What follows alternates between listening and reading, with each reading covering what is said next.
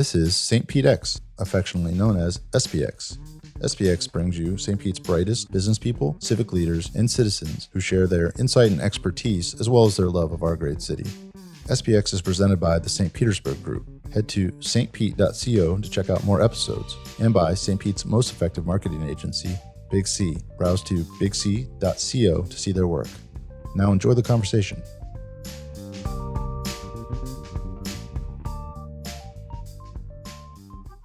Joining us on SPX today is David Romaine, the CEO of Agile Thought. Welcome, sir. Thank you. Thanks for having me. Well, first, Ashley is here after breaking multiple traffic laws to get here because she didn't realize that we moved the time up 15 minutes. Was that my fault, the time? Well, it was the hard stop that pushed us forward a little bit and my lack of communication with Ashley that put us in this law-breaking situation. Which is the Business Journal's fault, actually. I would have had you pay the ticket. SPX listeners know that we typically don't do a lot of the just, kind of bio stuff, but specifically with what your company does, I would like to do a little intro with what Agile is, both from a tactical standpoint and from a mindset standpoint, so people can, have heard it and kind of know what happens. And some companies can kind of get their head around what it is. I always go back to when I initially started learning about Agile years ago.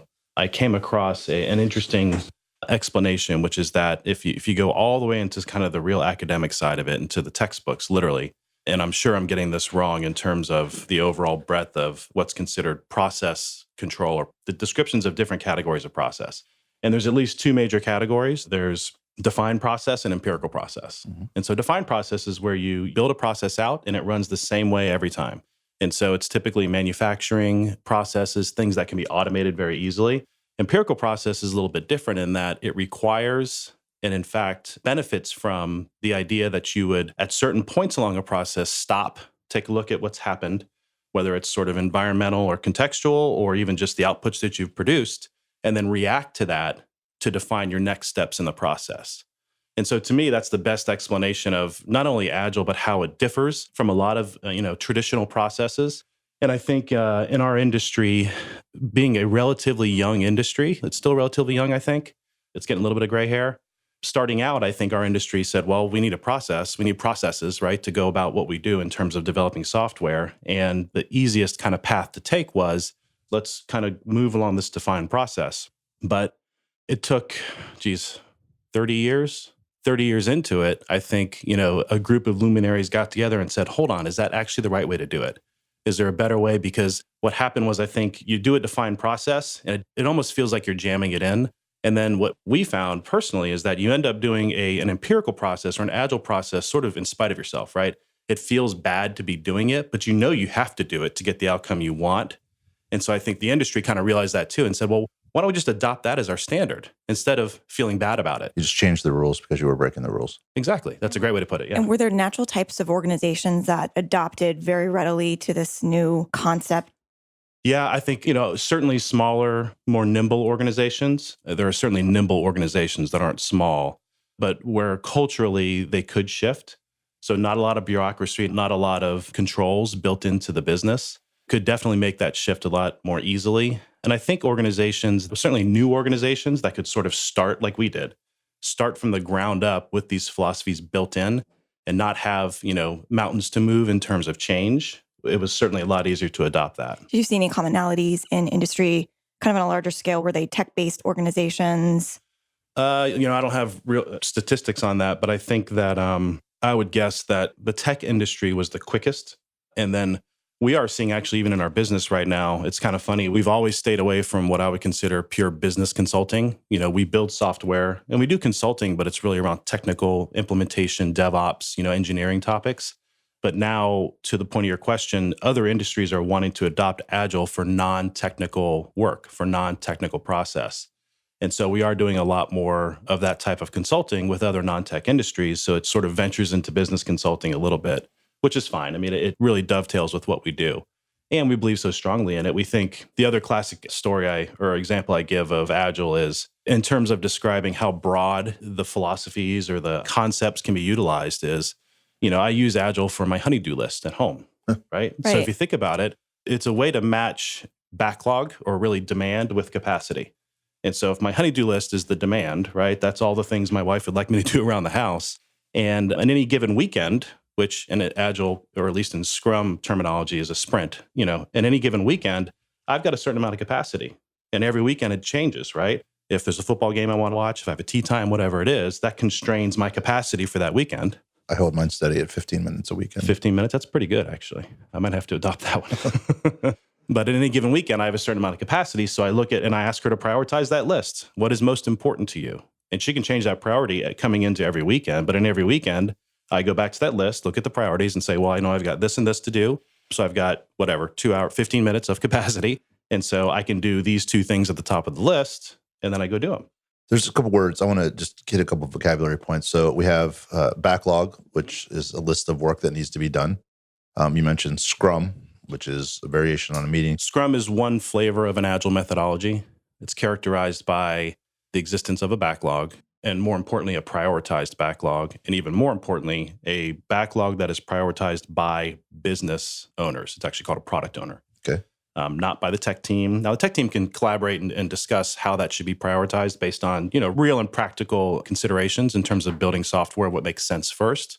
But it's really, from a purist standpoint, it should be prioritized based on business priority. What are the features that matter most? What are the things you want to see first that form the foundation for whatever it is that's being built? So Scrum is a backlog that's managed by a product owner. And then from an execution standpoint, it executes according to sprints, which can be anywhere from 2 to 3 to 4 to 5 weeks. You don't want to get much longer than that. I think our standard is 3 weeks. And then each cycle you go through a sprint, you go back and do what's called it's been a while since I've actually done a sprint review and a retrospective, where you show the product back to the product owner, and then the product owner can react and completely upend the backlog if they want to. And then the team goes and looks at the backlog again, just like I described them with my honeydew list, assesses their capacity for the next sprint, looks at the priorities, builds the plan, and goes and executes for the sprint. And that's the key piece where the agility comes in, is every sprint you can rework. Yeah, it's just, like I said, you're operating within the realities in software. So the reason Agile makes a lot of sense for the software world, nobody will ever be able to envision a piece of software as close to what it'll end up being as in other industries. So if you're building a house, you're working with materials that have real physical properties to them. You're working with plans that have probably already been built. And it's okay for a house to have the same plan as the house down the street or in the neighborhood. In fact, that's a good thing in the construction industry. And so when you build a plan or when you build a model for building a house or a building, it's less likely to change. There are some, obviously, if you've ever built a house or renovated like I have, there are always changes. But they're typically not the foundational, the big changes that require a lot of rework. In software, it's a little bit different because generally, if you're building a new piece of software, you're probably innovating something or you're automating something. In either case, there are things that are going to inevitably happen along the way that'll give you those little light bulbs, those little aha moments like, oh, we could do this too. Or what if we did that too? Or you know what? We no longer need that because now that I've seen what we've done with this feature, that feature isn't important anymore. Those are all real things that happen. And so that's the reason that Agile works really well for software. We probably should also define what a honeydew list is. And that's it's really a list of conditions, I would see it, that really are a barrier between you and continued affection. How do you see it? That's an interesting definition. I see it as, yes, that is true. And actually, so it's pretty dead on, actually, in terms of, in my marriage, everybody has their love language. Correct. So my wife's love language is Duty. What do they call it? Acts of service. Right. Acts of Okay, service, interesting. right. And mine is touch. So your interesting. affection piece is right on. But, it's a negotiation too. It's a sort of leveling, making sure that we're in equilibrium in the home. So yeah, that's what a honeydew list is. Well, and that really was the insight behind my question about the types of industry you were starting to penetrate with the concept or the mindset of agile thinking about my business, thinking about all of Joe's different businesses and understanding, what type of thought process we need to go through to understand if your solution makes sense for our respective business and sort of how we know we need you, essentially. What are we experiencing that you would presumably solve for? Well, back to my earlier, I think, point about if you find yourself needing to kind of reevaluate, well, even just the idea of starting a business, right? And, we talk about pivots and things like that in the entrepreneurial ecosystem. And a pivot is just being agile, right? Pivots are usually pretty major, so it's sort of a big example of being agile. But there are little agile moments that happen all along the way when you start a business. And so I think, any business that's a startup will benefit from having these types of principles or philosophies baked into how they operate. In terms of the specific types of businesses, I think if you're trying to produce a repeatable output every time, whatever your business is doing, and if there really isn't a lot of flexibility to it, and in fact, perhaps your goal or your value is in the consistency and it's in the lack of flexibility and it's a reliable, consistent product. On that side of the operation, Agile probably doesn't play a lot. However, I would argue that getting to that point, it does, right? In order to get to that point where you operationalized or standardized how you produce an output, you probably cycled through a lot of different ideas, innovation, life cycles. There's tons of different ways of producing that model that you're going to go now operationalize. But there's a lot of Agile built into those innovation processes that I think get you to that point. You could take the stance that there are no businesses that in certain areas of their business would not benefit from an Agile way of thinking, right? There's a humility in it too, by the way. There's a big piece of Agile is the humility, which is if I set off to do something, I'm not claiming to have all the answers right now. It can be considered second guessing, right? So a lot of it is second guessing yourself along the way and being comfortable with that, which gets into a whole other topic about Agile operators and what types of personality characteristics are effective, or at least are more comfortable and can kind of get there more quickly than others. So my marketing agency, Big C, we switched to becoming Agile about a year ago, and my partners led that charge, Andy and Zooey. They spent months researching it and trying to figure out how we could adopt the philosophies and the methods for a marketing agency. And with the team, it was actually fairly easy because they are developers and developing the platforms and the websites. And then the nature of marketing is, changes every month. You iterate on based on the data that you get back. But the big struggle we had was with some of the fixed elements in the clients, namely budget. When you come in and say, I need to have this thing come out the other end, and here's my budget. But that similarly to any software project, what they want is going to change as they go through the process. And Right. So, it seemed like a fantasy to say, okay, it's an internal project for a company that doesn't necessarily have a fixed time frame or fixed budget, because if it makes a good business sense to make the change, then it gets approved and you make the change, right? Right. But we're always working towards a fixed pool of resources. So We've been in business almost 15 years now, and you'd think we have good answers for this, and we don't. Agile contracting in a client service scenario is extremely difficult. For one, even if we did have an answer, every client has different expectations. And not only when you say client, not just the company, the individual, right? So your stakeholder has different expectations, has different frame of reference, wants to apply a level of control in a different way. And so that's been very difficult for us. And we do allow a certain amount of flexibility in terms of how we kind of lay things into what those expectations are. So, a lot of times we'll be working with a client who has a background in a much more structured methodology. And we'll just sort of lay our way of doing Agile into that and just find sort of that happy medium of how do we get you what you need in terms of visibility, reporting, control, or otherwise, while allowing us to operate in the way that we know is most effective, not just because we like it, but it's effective for you. It's actually in a client's best interest. And those are interesting conversations that happen, honestly, all day, every day with every client we have. Yeah, and that speaks to the best solution we found was visibility, setting the framework up, heavy education up front that says, if we have fixed resources, everything's going to be a trade-off. And by involving the clients more deeply in the process than we might normally do, they see the trade-offs coming well in advance, or they see the inflection points coming well in advance, and they have a sense of agency in those choices. And then, instead of us coming in and saying we weren't able to do this because we did that, they're part of that decision-making process. Absolutely. And we do the same thing. So we do product owner training for our clients as we engage or initiate. However, prior to that, there's a benefit that we found in that initial education and really standardizing on how we do things. Early on as a business we started off 15 years ago as 3 people and have grown steadily since then. But, in the early years, we're trying to get a business off the ground. And so we've got scars from multiple scenarios where we allowed things to be shifted away from our core principles based on the client's needs and expectations or desires. We don't do that anymore. And again, not just because we're bigger now and we have that leverage, but it's more because we've learned, again, we have scars. We've learned firsthand what the results of that can be, the negative results. But what we found now is that actually having those discussions up front and being pretty firm about what our philosophies and what our standards and expectations are. Again, there's an element of it which is sort of our work style and how we want to work, but all of that is in the interest of being most effective for the client. So it's help us help you type scenario.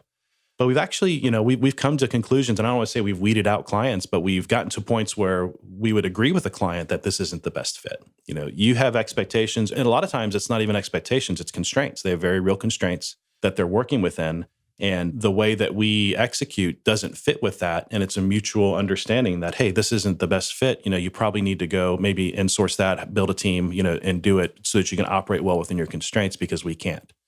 And so that's been an interesting byproduct, I think, of doing that upfront education and kind of making sure that we have consensus on how we're going to operate, because early on that if it's not going to work versus, getting halfway into the project and realizing, okay, something's not working here. What do we do? And, money's been spent and, effort's been expended, et cetera. You mentioned the scars. It's a good opportunity to segue into sort of the origin story of Agile Thought. You started in the development as a developer, then moved into becoming an entrepreneur and now ultimately an executive of a pretty large and growing company. Can you walk us through that transition or how that all came about? If I go all the way back into college, actually, I started college as an accounting major for no other reason than I had somehow discovered, I think I took an accounting class in high school and somehow discovered that I was good at it. And when I started college, I had to pick a major. I guess I didn't really have to. In fact, I discouraged my son's going to enter college in a few years, and I discouraging him from picking a major too early. But anyway, back then you kind of had to pick a major. And got into the business school and into the core classes around accounting and realized this wasn't for me. Nothing against accounting. Our biggest clients are accountants, but it just wasn't for me personally. And in the business school, you do a sort of the rotation of all the different disciplines, and MIS was one of them. And so as I was transitioning out of accounting, trying to figure out what to do, that was about the same time I was really enamored with that MIS kind of curriculum and topics. Did you identify more with the management piece of it or the technical piece of it? The technical piece. Okay. Which is why I became a developer. Leaving college, I started my career with Arthur Andersen in Sarasota. They had a technology operation based out of Sarasota. Yeah, it was a great gig. Well, it was a great gig because it was coming out of college, but especially back in those days, when there wasn't a huge startup community, most people wanted to go work for a big multinational business with tons of resources and fly all over the place and everything. And I got to do that, but making my home base Sarasota, Florida in paradise. So it was a really good gig. I actually met my current business partners. I met every single one of them on my first day of work, first job out of school at Arthur Andersen in Sarasota. Yeah. Wow. So Ryan Durrell and John Wagner, who are two of my partners, I was placed on a team with them. And Jeff Allagood, who was actually in the cube next to me, not on our team, but we all became great friends. And so our professional relationships have developed over those years into what they are today.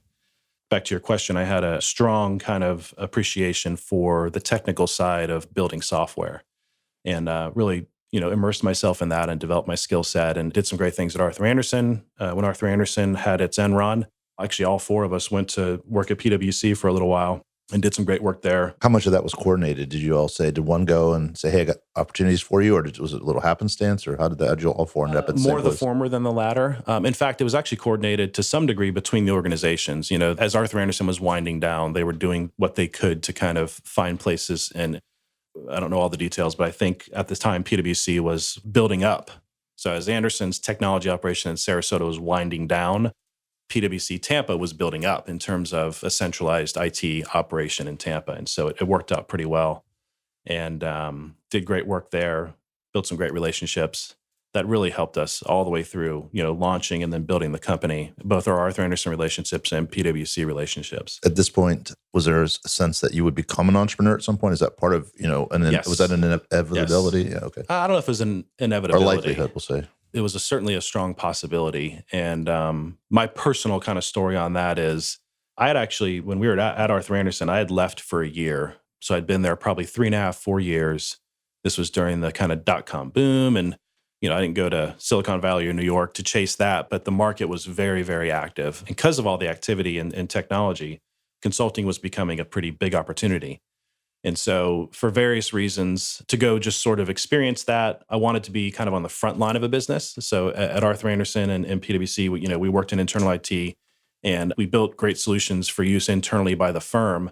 There are some differences between that and working for clients and being, directly affecting the bottom line of a business. And I wanted to go experience that a little bit. So I actually left Arthur Andersen and went to a consulting firm, a small consulting firm that is no longer around here in Tampa. And realized after a year kind of what I had left. Again, big multinational company with tons of resources, based in Paradise, closer to home. I was commuting from Sarasota to Tampa for that job. And job security, if you just look at the side of the opportunity of going out and doing consulting and client service and all those things and wanting to feel that pressure and that rush a little bit, it's easy to miss the fact that it's not quite as secure. Well, Arthur Andersen, though, didn't end up being secure. Exactly. Yeah. To get back to answer your question, I came back for many reasons to include job security, and then a year later, they went away. Yeah. So what I learned from that is that there is no such thing as job security, none. And because of that, when Anderson started to kind of take its slide, the four of us decided that, let's at least think about maybe launching our own thing. And it was one of those things that when you have a tight group of professionals who have a lot of professional respect for each other, but also have good personal relationships, you can't not talk about, hey, what if we just did this on our own one day? So those conversations had been happening for years with no level of seriousness or substance to them at all. Well, when your employer is about to shut its doors, substance kind of rises up pretty quick in those conversations. And so we started talking about it and just decided the timing wasn't right for lots of reasons. Some personal around just where our families were in terms of starting to have kids and needing a little bit more security. And then also market reasons too. The market wasn't quite right, we thought.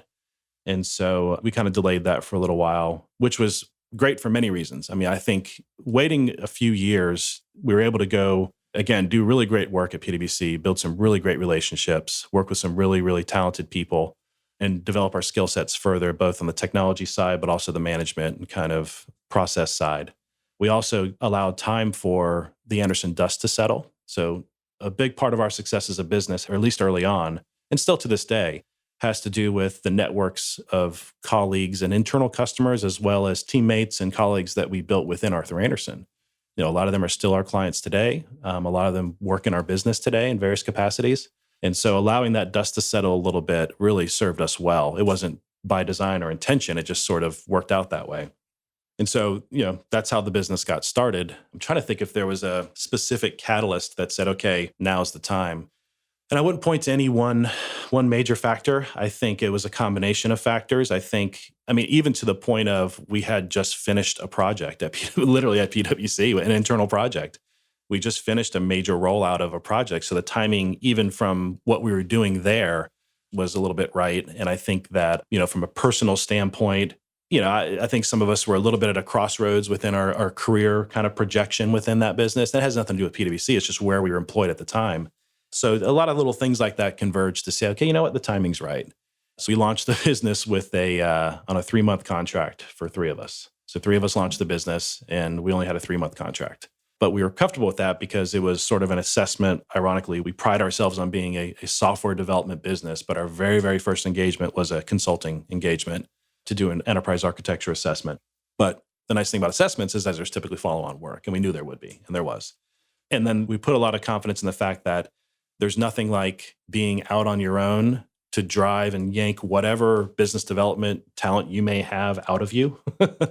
And so we, if we're employed, but we're trying to find clients and maybe trying to find that launching point versus actually being launched and out there and not being employed and knowing that we've got to go find that next project, that's a whole different level. And again, it all kind of worked out to where we were able to build the business from there. So at that point, when you make the move to PwC, did Jeff come into your group? You said he was in the cubicle at Arthur Andersen. So if we get into the real details of it, so back to my point earlier about timing and family situations and kind of where everybody was personally around taking risk and their individual risk tolerances. When we first launched, Jeff wasn't ready. You said there were 3 and he would have been the 4th. Right. So Jeff joined us 6 years later. Wow, 6 years. Yep. Okay. So yeah, we launched in 2004. Jeff joined us in 2010. Again, timing wasn't quite right for him, I think, to join us early on. He was part of those discussions. It worked out well in retrospect because he built up his capabilities and skill sets up to the executive level. He built out his network. It's been, really, really a big part of our growth story since he joined has been what the experiences and the network and the reputation that he built in those 6 years while we were out, pulling our hair out, trying to get this thing going.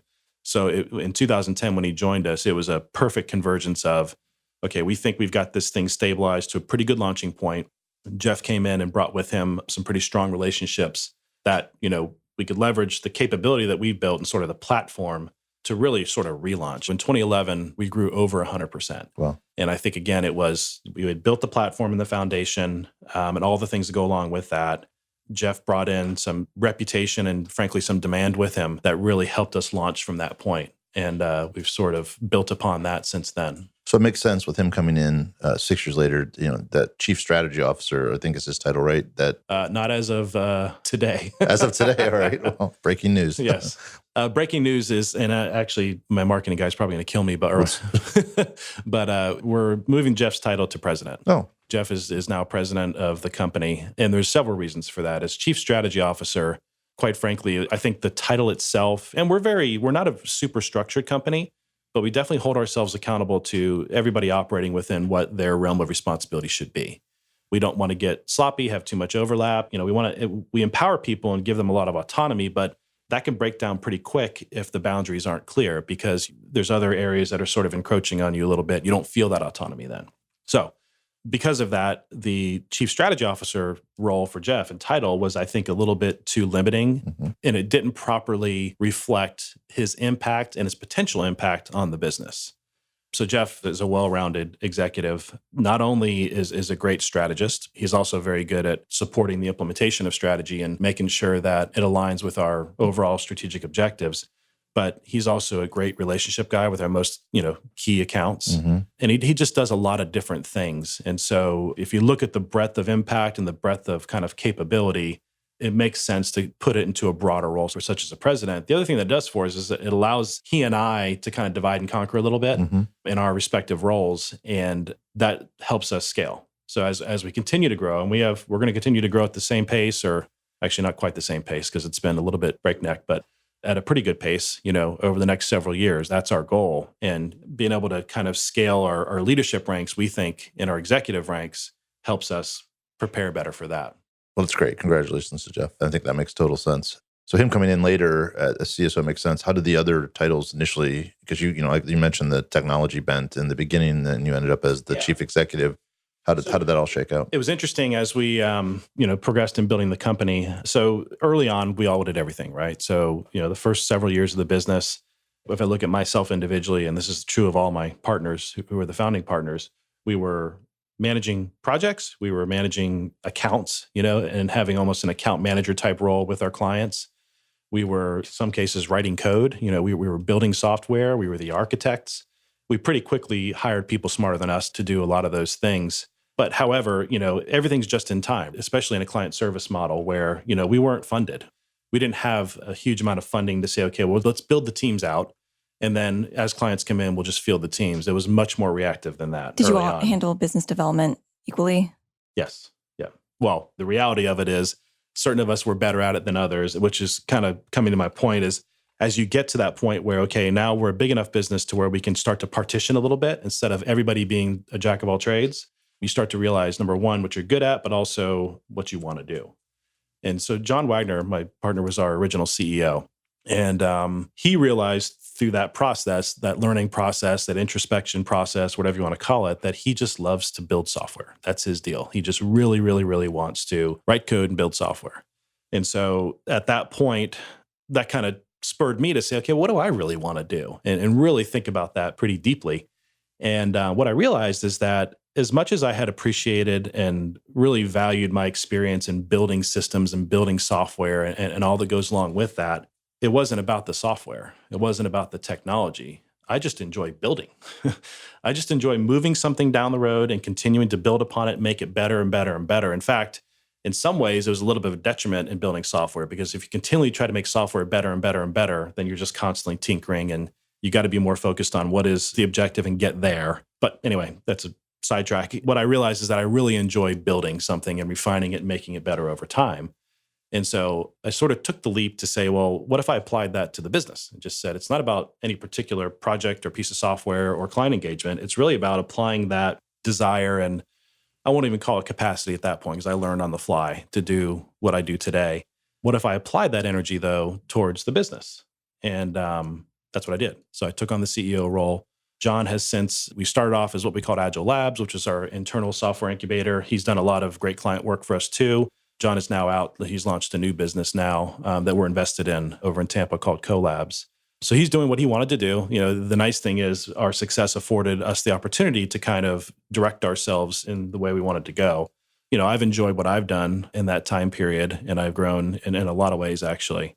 But that was a key realization for me, was that, what I thought was a big propensity towards technology, it really wasn't about the technology. It was really about just building something, making it the best, applying creativity and resourcefulness to making it the best it can be. And what used to be software is now a business. And resourcefulness is a key term there too, because it hasn't been me. It's not all about me. It's about coordinating and finding the right people that have passions that are either complementary and or are supportive of where you want the business to go, and compiling the right team and then motivating them the right way, and which doesn't take much. We have a great team.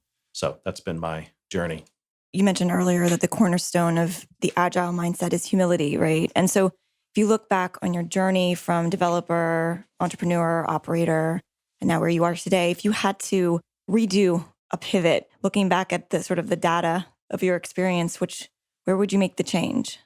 That's a tough one. You know what? It's hard to answer that question if you have an agile mindset, right? Because I think the core of the question is, what's a decision you made that you wish you had made differently? But in an agile mindset, really every decision is a good one because it either worked out or you learned something.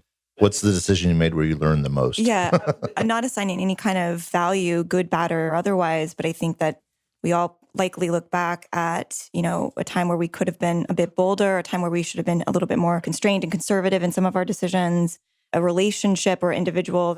I think that we've held pretty firm over the years to being custom software developers. And we've avoided a lot of dependency or capability around platform.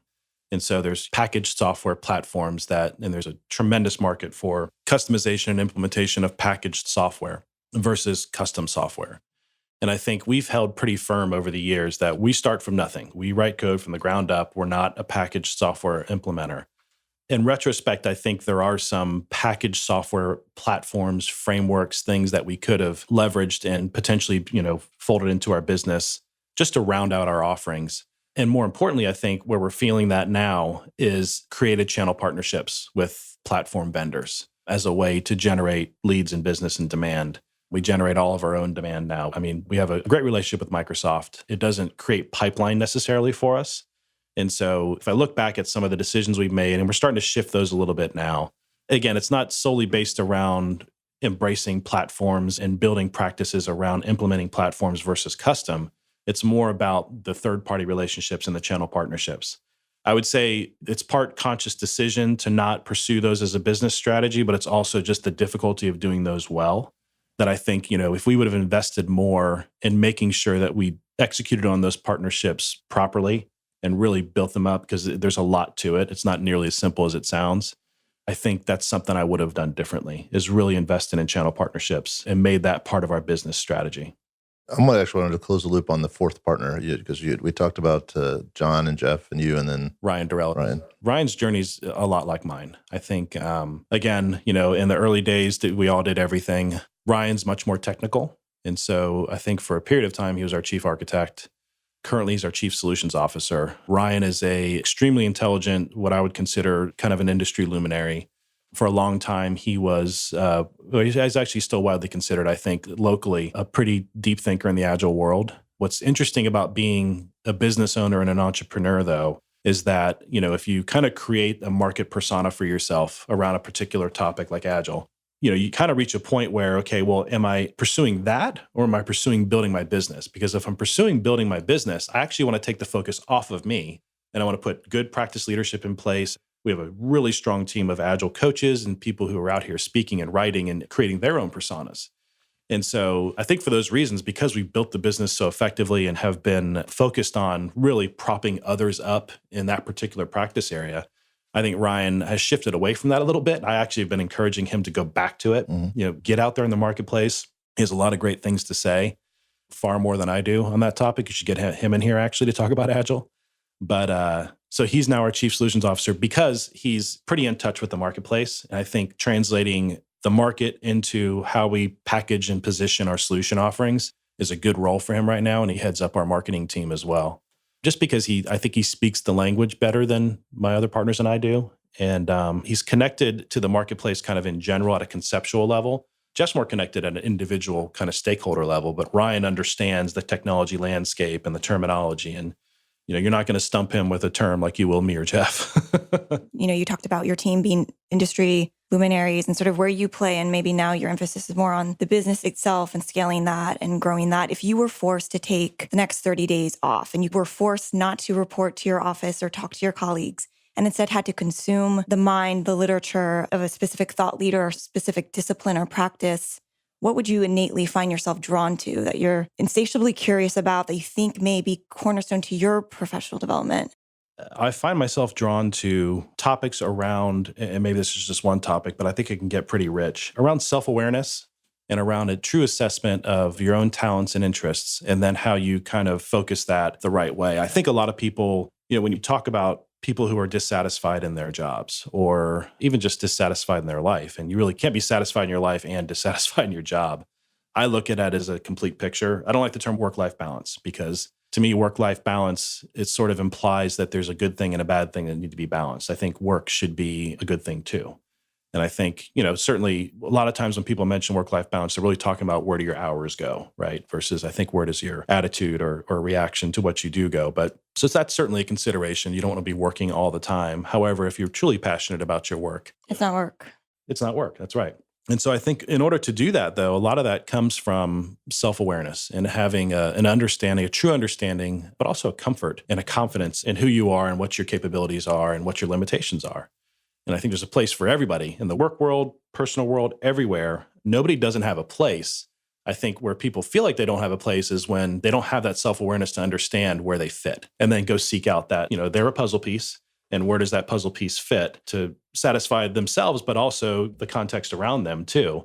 And so I guess it's a bit psychology a little bit. I mean, I'm fascinated by those types of topics. And I don't think that process can necessarily happen. It could happen in the 30 days, sanctuary that you force yourself into. But I think more importantly, the alchemy that you're starting to experience or you have been experiencing with your team and seeing where their talents have sprouted and then seeing where potential opportunities sort of exist and how to evolve into that or what that means for you long term or what you don't want to do.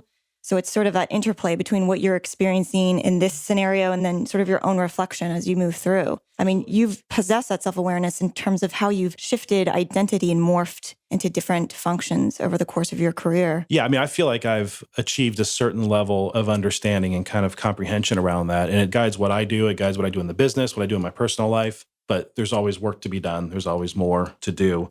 I don't feel like I'm done. I don't think anybody's ever really done with their own kind of self-reflection because context and environment changes around you all the time. As soon as you think you got it. By the way, everything I'm describing is just being agile about yourself, right? So everything changes around you and how you react to certain things.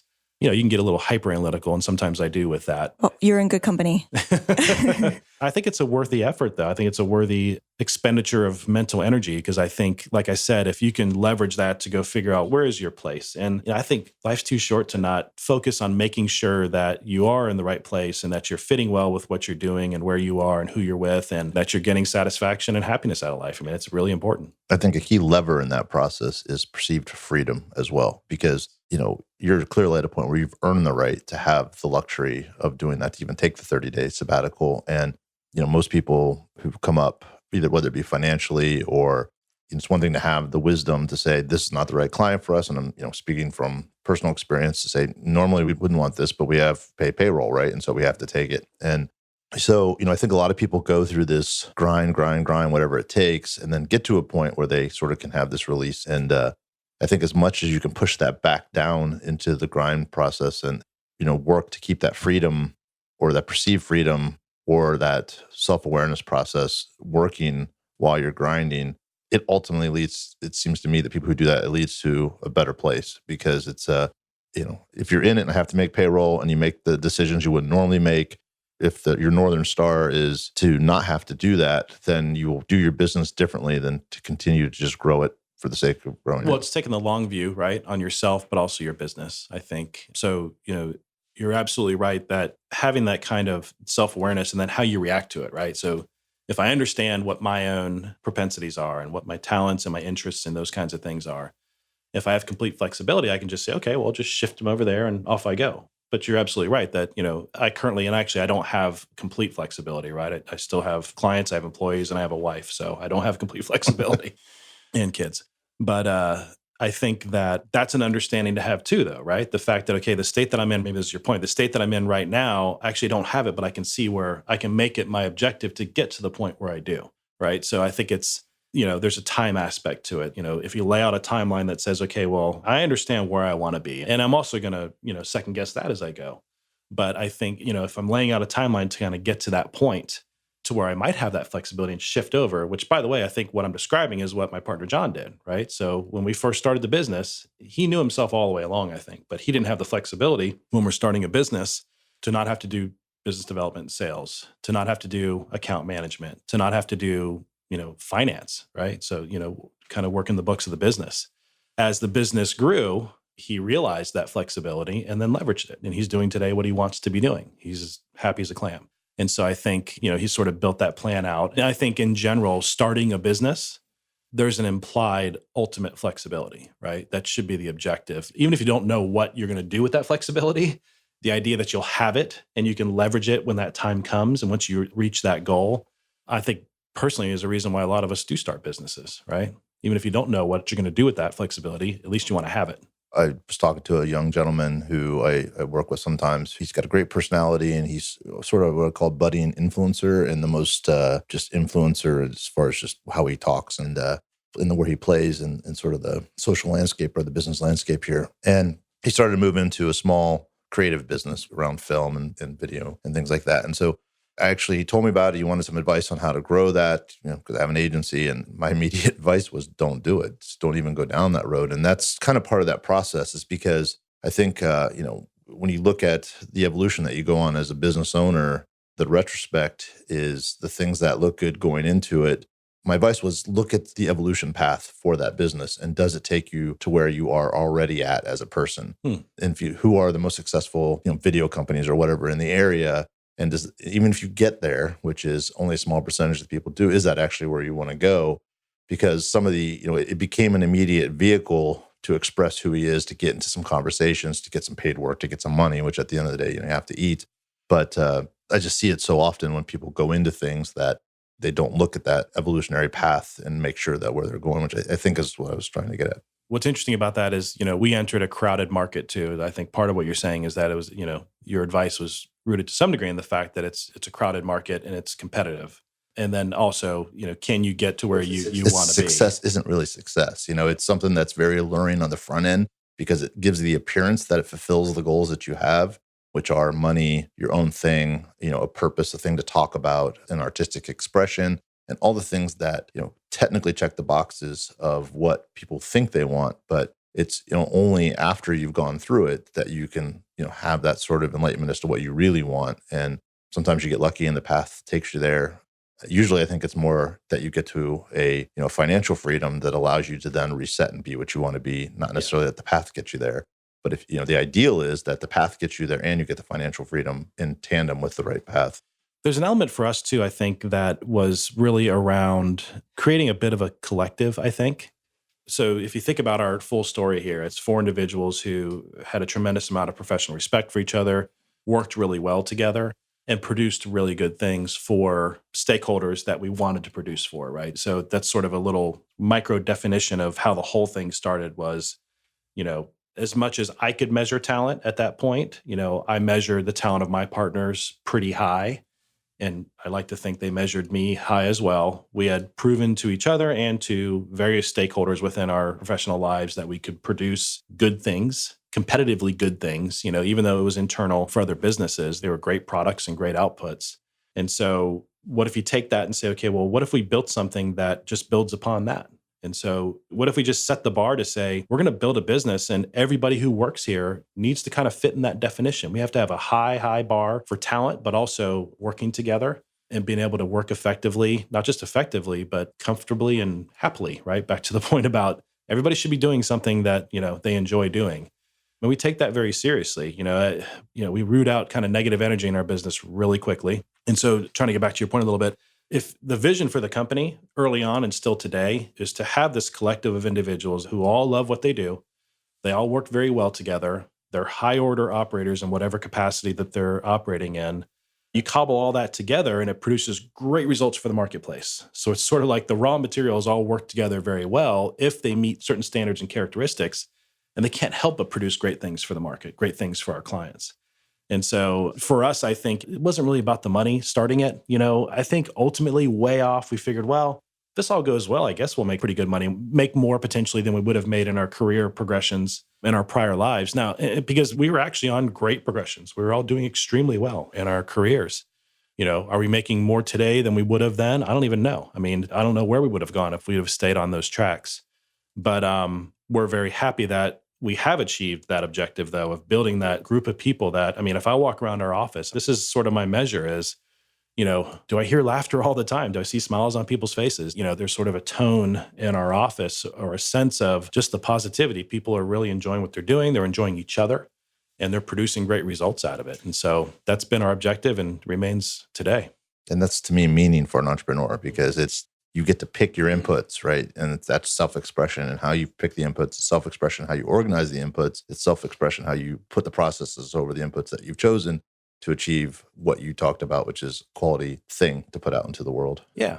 And I mean, I take pride in the individual impact, right? That every one of our employees, I take a lot of pride in the fact that, I like to think they all go home in a good mood every day.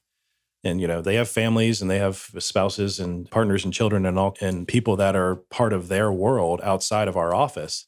And, it's part of our objective that I'm not saying they go home ecstatic every day and tell everybody about how great their day was every single day.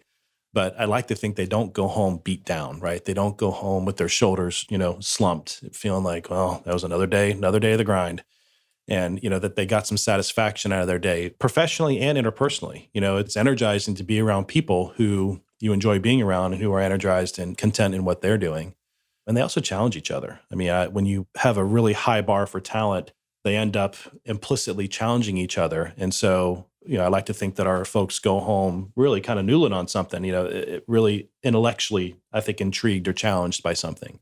And our clients challenge them too, in a good way. So that's kind of our thing. That's our vision. And again, we've held pretty firmly to it. And we're pretty proud that we've been able to achieve that as far as we can tell. It's hard to measure, but as far as we can tell. So you mentioned entering a really competitive marketplace and understanding some of the rapidity of the environment, some of the uncertainties. And then you said it earlier, your job's never done. There's this innate sense of maybe it's pressure to be ahead, to think faster, to move faster, combined with what I perceive to be, I think that you're probably a highly sensitive individual. You're probably self-analytical. You have an interest in psychology. I think combined, that could be an interesting combination of, and it could presumably cause you to be a little hard on yourself. And I find that even if you don't have that personality, the pressure, I mean, you mentioned that hipster that's sort of trying to play the game and probably innately feeling that pressure to show up and be a brand. I did not say he was a hipster, but he's moving to that realm. But I think that that's its own piece. But then when you combine the industry, that's just another layer that you've got to have a tough skin for. You've got to have the energy for it and the mindset for it. And then you move into being really driven and being reflective. And how do you forestall the downside of that? The self-awareness. So yes, I am very hard on myself, but I know that I am. And I catch myself doing it. So insight. Yeah, I just think, you learn that over time. And if you believe in the vision of what you're trying to build as a company, and you're driven for that to succeed, and not just for your own benefit, but for the benefit of your partners and the benefit of your employees, and quite frankly, the marketplace and the industry. We think what we're doing is good for our industry, and it's good for our market, for our clients.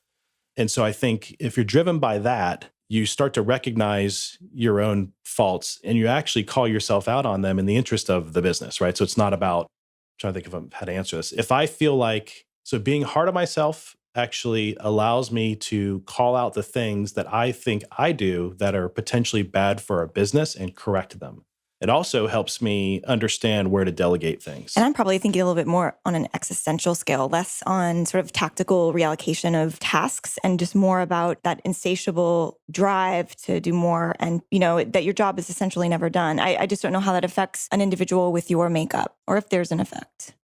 Just making sure I understand the question. So the question is, does this perpetual drive to make it better, end up being a detriment to maybe more how you knowing who you are and knowing your perceived flaws, having a good sense of self-awareness, how you sort of measure that energy, how you buffer against pressure that maybe makes you move too fast or make wrong decisions? It's just how do you navigate that? Humility, I think, and bouncing things and collaborating a lot with not just my partners, but, we have a very strong leadership team.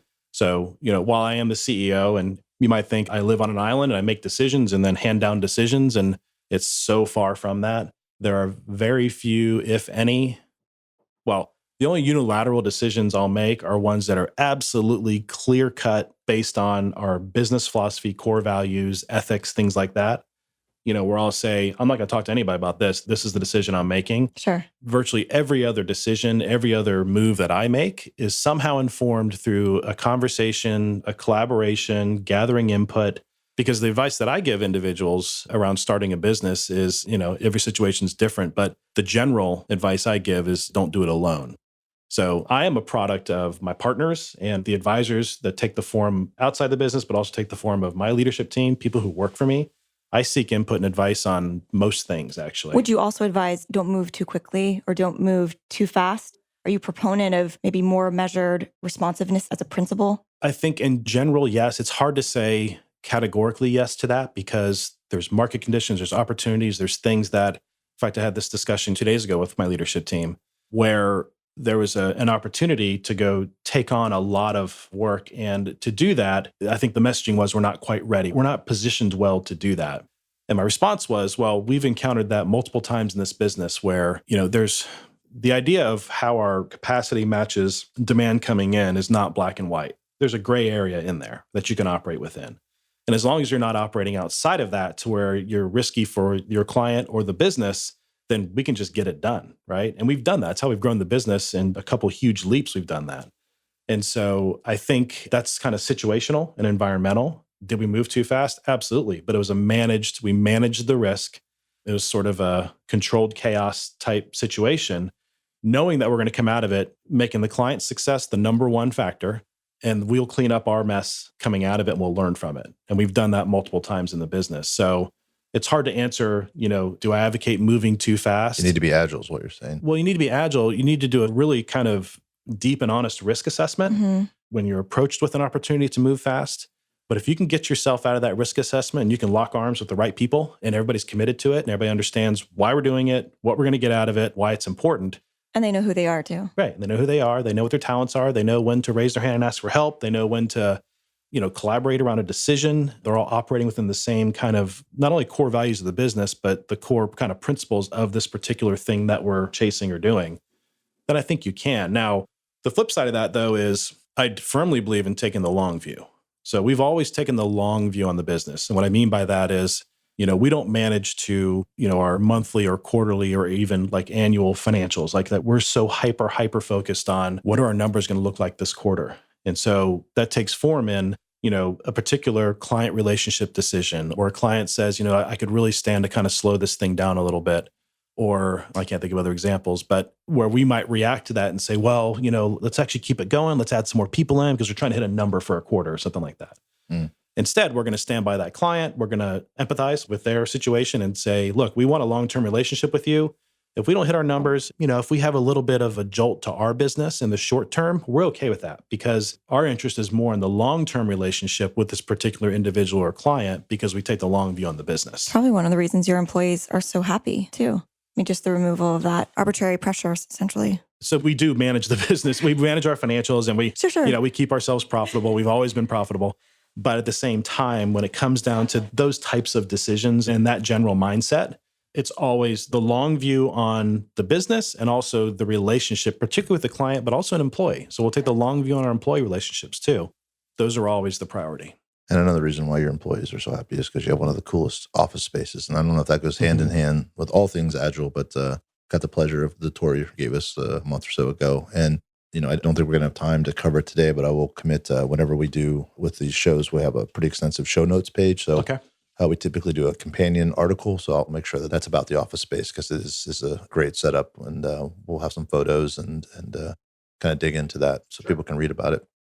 So with that being said, we finish every show with a shout out, which is most of our shows. 80%. 80%. If I'm hosting or I'm here, we do. And if Ashley does it, she doesn't do it. But an individual, a company, an entity in the Tampa Bay area that is doing good work, may or may not have the platform to toot their own horn that you think we should all pay attention to? I'm going to take anybody that we've mentioned in the show off the table. Well, I had it until you said may not have the ability to toot their own horn, because I think they have been tooting their horn. So I'll give the shout out to Tampa Bay Tech. And obviously I'm a little biased because, my partner is the chair, but I think they have succeeded in building. So go back to what my business is about, right? They've built a collective of highly energetic, motivated, and high-performing individuals, and look at the results, right? So if I look at that group, the people who are actively involved, they're really, really talented people. They sure seem to love what they do, to the point that they want to advocate the industry and do what they're doing with Tampa Bay Tech. And the outputs, what they've been producing, to me, has been astounding. And so to say nothing of the fact that they're kind of the reason that we're sitting here, right? So this introduction came through Tampa Bay Tech, and I think they're doing great things. And interestingly, I think, to me, they are far from topping out. They're building credibility right now and reputation and strength as an organization that I don't even think we've seen yet what that could turn into. They had a nice muscle flex with the CareSync closing. They stepped up and coordinated with a lot of their member companies and put the hotline together to take care of the employees who were left out in the cold. That's very powerful, Yeah. right? That's something that really hasn't existed. It actually, I don't believe it's ever existed as an industry, right? It exists, I think, back to my example, it exists within the HR departments of the affected companies and other companies that have needs or who care. But as a centralized coordinating unit, that's really powerful. That's a building block of an amazing culture for a community, and it can't be understated how important that is. I agree. Good pick. Nice work. Thank you. Thank you. Yep, thank you. You made it to the end of another great episode. For show notes, head to stpete.co to the show notes page, which includes links to all the resources mentioned in the show, as well as quotes and key insights from the show and information about the guest and the host. Thanks again to our sponsor, Big C. Head to Big C, that's BIGSEA.co, to check out their work. And if you like what you heard, make sure to share this episode on social media and leave a comment. See you next time.